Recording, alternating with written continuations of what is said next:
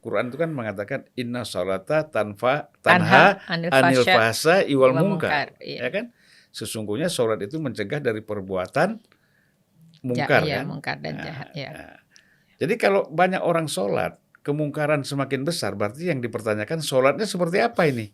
Bertentangan kan, dia melawan ayat Quran itu sendiri kan Betul. gitu. Iya, iya. Nah, jadi apa di mana salahnya ini kalau kita lihat pola penyerapan agama yang diserap oleh para pendidik ini, guru-guru agama ini, apa yang mereka serap dari agama ini? Apa persoalannya kok bisa terjadi di satu lembaga keagamaan terhadap murid-murid atau santri-santrinya ini, Mbak? Iya. Jadi cara beragama masyarakat kita ini masih banyak yang beragama dengan eh, tekstualis dan ritualis gitu kan. Formal ya, Iya, atau oralis gitu. oralis. Jadi beragamanya tuh yang artifisial, yang Iya, luar. Ibadah tuh bagus kan, Bang, gitu. mhm, Tapi saya sepakat bahwa beragama itu harus dia sekeping gitu, bahwa iya, kalau di dalam agama tuh kan fa'buduni wantasyiru fil ardi gitu. mhm, Sembahlah aku dan menebarlah kamu di dunia. Jadi iya, kebaikan ukhrawi, kebaikan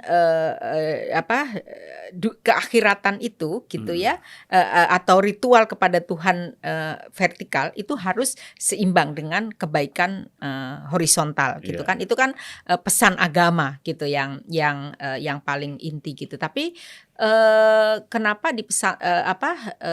ada senjang yang cukup jauh dalam cara mhm, beragama kita gitu, sehingga kesalehan ritual tidak berimbang dengan kesalehan sosial gitu iya, ya. Ini ada gap yang cukup tinggi menurut saya, karena tadi itu orang eh, yang dihayati adalah soal ritual-ritualnya gitu mhm. ya, tetapi misalnya tiba-tiba terus menentang hak asasi gitu kan ya.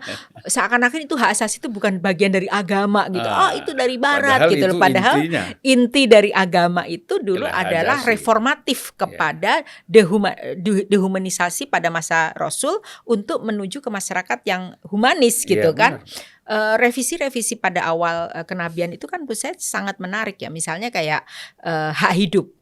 Hak hidup tuh baru dideklarasikan lagi tahun 48 setelah Perang Dunia Kedua. Padahal mhm, misalnya awal-awal keislaman kan iya iya, penghentian infanticide, pembunuhan kepada anak-anak itu kan bagian dari soal hak hidup. iya, Lalu juga diajarkan bagaimana tentang kalau di hak asasi itu tentang hak para migran dan itu mhm, melalui pendatang pribumi, nggak ada bedanya. iya iya Itu kan iya, lewat sejarah Muhajirin Ansor. mhm, Lalu soal isu rasisme itu mhm, kan deklarasi apa tuh hak ekosob baru lahir kapan atau hak sipil lahir kapan, sebetulnya dalam Islam kan udah di awal tentang iya anti rasisme soal iya, melalui historik Bilal dan lain sebagainya. Jadi mhm, menurut saya dari segi historik, dari segi apa itu hak asasi itu menjadi akar iya, penting gitu kan. Bahkan kalau termnya aja hak itu bahasa Arab kan, mhm, al-hak, asasi, nah, asasi itu bahasa Arab gitu bahasa kan. Arab, Dan term-term Islam itu jadi bahan untuk membuat kebangsaan dasar civilization di Indonesia. mhm, Itu sebenarnya semangat dari Cak Nur ini yang iya, bagaimana soal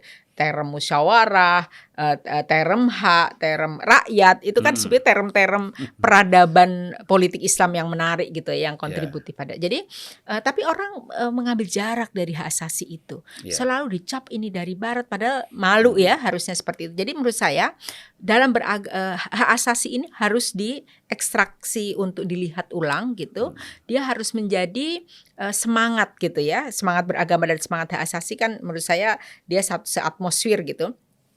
Untuk dihidupkan gitu, menjadi iya, keberadaban sehari-hari, bahwa seseorang, hak asasi itu kan mengajarkan gini, seseorang mau pakaiannya seperti apapun, mau dia anak-anak, mau dia orang miskin, mau dia perempuan, haknya melekat. iya, Haknya untuk dihormati dengan martabat yang utuh itu melekat gitu kan. mhm, Jadi Mau dia santri yang powerless, nggak berhak untuk dieksploitasi secara seksual. Mau ada orang dengan pakaian, mohon maaf pakaian mungkin minim segala macam, bukan berarti dia sedang bilang bahwa aku available. No, gitu kan.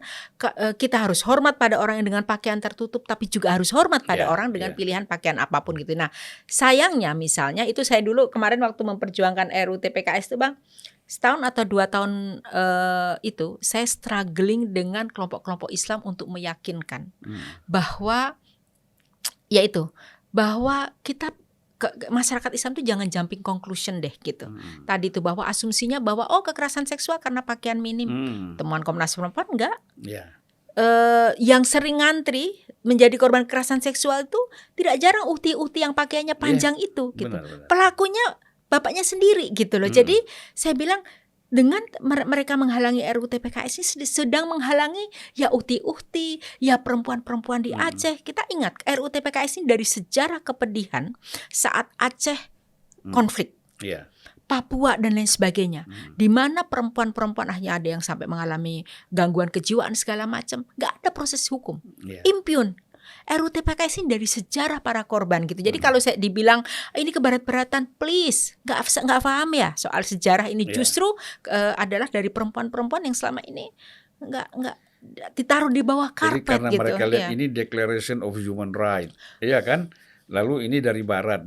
Padahal kata-kata adil dan hak ajasi itu kan seperti Mbak bilang itu dari Islam, dan sifat yang paling utama juga dari Allah Subhanahu wa taala adalah adil. Betul. Kan? Nabi Muhammad dan seluruhnya itu para nabi itu Isa sampai Musa kan itu keadilan yang mereka perjuangkan sebenarnya kan.